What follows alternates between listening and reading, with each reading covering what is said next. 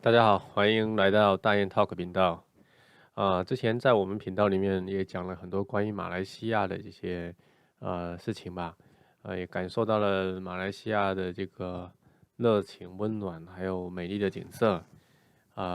各个方面非常良好的地方。那么很多人就会关心这个地方适不适合去居住长期的去居住，那这就会涉及到他们的这个签证政策或者是移民政策这块的东西那么这个大家就知道这个耳熟能详的第二家园计划，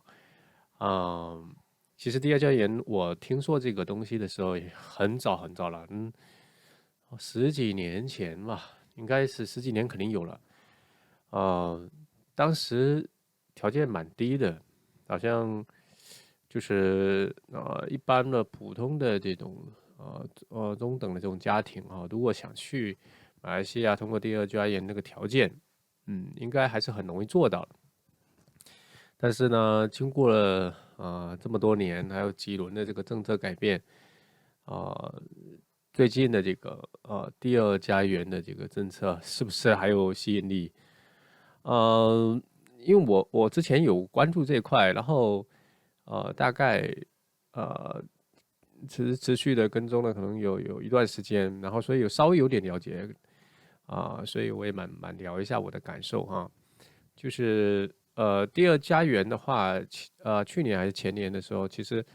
一直都是在一个停顿的阶段它也在酝酿一个政策的改变。在那段时间呢，你可以在平台上看到很多呃办这个第二家园的人呢，就是很多的烦恼还有抱怨对，就是他们觉得嗯就是这个政策的这个持续性各个方面有一些问题，我也看了一些，然后那段时间我不是去了马来西亚吗？然后也有碰到一个就是做这种嗯第二家园的这种中介吧，然后空落落的没什么人，他说那段时间反正新的政策还没出来嘛，然后旧的政策的话又暂时不能用，所以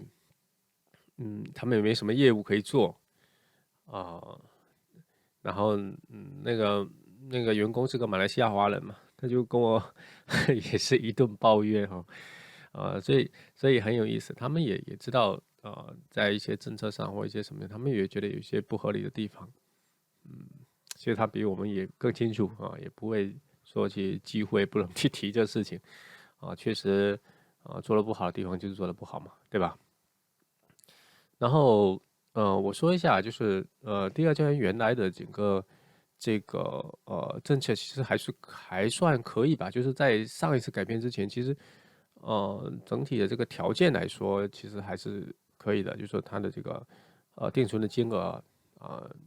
还是虽然也不便宜，其实真的也不算便宜，但是还是可以的，就是你有一中等的这种家庭，还是积极，还是有机会去做这件事儿。然后包括他的一些非金钱的这块的这些要求也没有那么严格，所以很多人呢就拿它做一个备份的这种选择，或者是短期的这样的一个方式。然后我看到最新的政策出来之后，我也有去看了一下，我是觉得这里面有几个比较大的改变吧。一个呢，就是它的这个金额上面金额上面其实提高还蛮多的它分了好几个档嘛就是整个的这个定期存款的这个金额其实要求比原来高高蛮多的，呃，你要看怎么看哈，如果就是跟横向的很多地方去比的话，其实这个要求其实已经是就是整个的这个提升的幅度确实有点大也就是你说它贵吧，那确实也贵啊，我们也说实话也贵，但是呢，总是有些有钱的人嘛，但是你不能这样去说这个问题，说那你不管长再高，总是有人买得起，这是没有错的，但是你要看你给的东西跟就是就是这种性价比吧就是你横向去比，比如说你跟泰国啊，跟其他这些移民的或者是半移民的这种国家政策去比的话，那么是不是第二家园的性价比相对就没有以前那么高了？一个是这个定期存款的这个问题，但是很多人觉得说，哎，这个反正定期存款最后也是会还给他嘛，哈，那无所谓。但是这里面有一个问题，就是你的呃流动性嘛，就是因为它是有限制，某一段时间你是不能自取的然后还有一段时间你得就是你必须买房产啊，或者是对他对这些都有很明确的限制所以你就肯定是会占用你的这个流动资金的。如果你流动的资金不是很多的话，那这个方面可能对你还是会有影响的。这个你必须去认真的去评估这是一块。另外还有一块是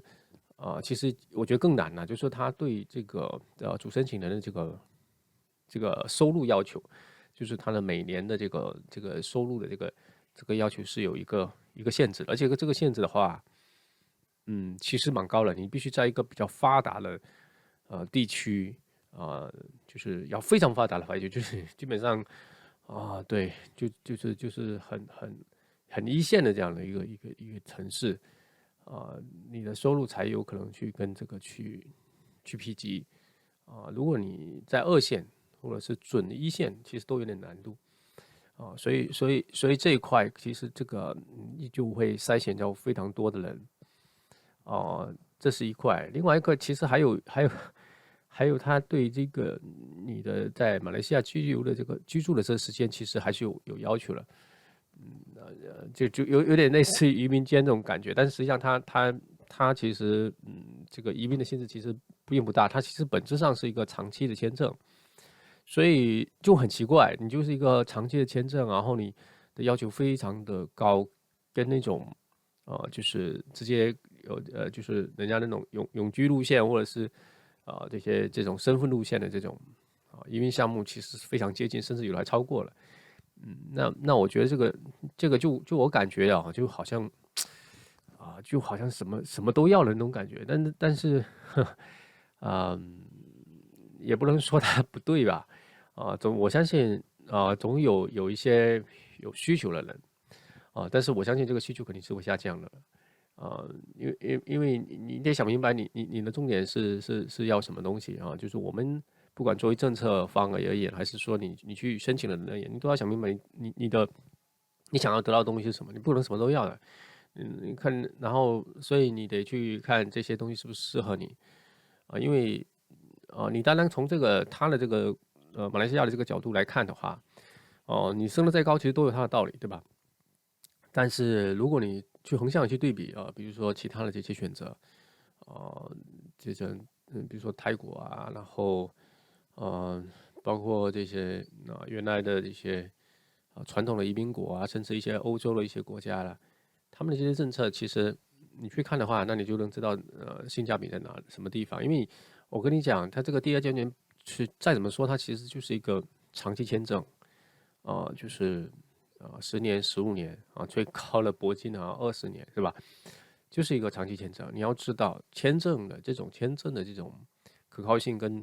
那种可以拿永居或甚至身份的这种东西差别还是很大的所以我觉得第二阶段也不是不能申请，也不是说它完全不靠谱，而是说你要知道你要什么东西如果你是短期的，比如说你想孩子去那边念书，你去陪读我觉得这个问题不大，因为那个时间持续也不是很长，对吧？不需要长期的这样投入那如果你是想说有一个希望换一个地方长期的这种发展，那你就要注意，因为它这个通向身份的这条路其实是非常困难。你像马来西亚，它本来不是一个移民的国家所以你付出了很多东西的时候，你到时候你会不会后悔？因为人的精力其实有限的，然后青春也是有限的。你不要再投入5年、10年、15年，然后到时候政策有改变或者怎么样，你要重新再来我觉得这个你得其实是蛮难的。还有一个很重要的一个点就是我也不是特别爱说，但是你必须讲，就是你从马来西亚的这个第二教研的政策，从这个过去的历史的这些角度来看，其实它有很多的不确定性它的政策一直在变，然后甚至就是对，就是反正就是他这个，比如说你办完这5年、10年这些签证，等它到期之后，是不是可以续签，都是一个很大的未知数，对吧？那你可能在这里投入了非常多的东西，然后到时候如果续签不了怎么办？或者是说这个续签条件又高了，你达不到怎么办？这不是没出现过，这出现过了，是吧？所以这种政策的不确定性跟这种对，这种其实风险是非常大的。你要知道，你的投入了，除非说你这些对你来说是很小的钱，但是再小的钱你也要投入很大的精力啊，因为你在那里生活，那就是你人生的一部分啊。你人生投入10年、15年、20年，然后对，是不是这样的？你这个东西不是开玩笑的。所以我觉得，就我的感觉，我觉得这次的辩证，我觉得还是让人有点不太好理解所以平心而论，我觉得很多其他地方的这种项目，其实反倒是更可以去选择。虽然我自己是蛮喜欢马来西亚，因为这里有很多很可爱的马来西亚华人，还有这些这种比较熟悉的这种文化、餐饮各个方面，我觉得都很不错。但是这个是一方面，但是你能不能留得下来？这个东西，这个跟那个又完全不一样的事情，是不是？你不是说你喜欢你就能得了，因为全世界有很多很棒的地方，但是不是你能去啊，是吧？有时候你连旅游都不一定那么容易，更何况你想那个所以我觉得这个是要慎重去考虑的。嗯，当然他们有一个什么特区的这个优惠的这些政策这个具体如果你有兴趣，你可以去了解一下，它那些会相对放宽一点。但是呃，就是还是对这件事情要慎重，因为从一个地方移居到另外一个地方，这是一个大事情这不是你一个人的事情，这是蛮大家族的一件事情，所以千万不要在网上看到很多说拍拍屁股，然后觉得我要怎么样，就是一开心，或者一觉得我看去旅游一下，觉得很不错，然后你就要过去这不是那么简单。我相信，不管是哪里的人，甚至你马来西亚的人，他也会同意这一点的。这个是要慎重的去考虑旅游跟移居是两码事虽然你可以看到很多网上的人吹得天花乱坠，我觉得你还是要理性这些网上很多他们是有一些业务往来或者是他本身他也在就是什么，就是在讲好的那一面嘛，对吧？有他的需要嘛，但是我们还是要客观的去看待，有好有坏。这个地方不错，但是这些政策是不是也不错或者是对你来说是不是也不错？你得去考虑一下。行，我们今天就聊到这里。如果大家有什么那个，可以在底下留言，也可以关注我的频道。谢谢，再见。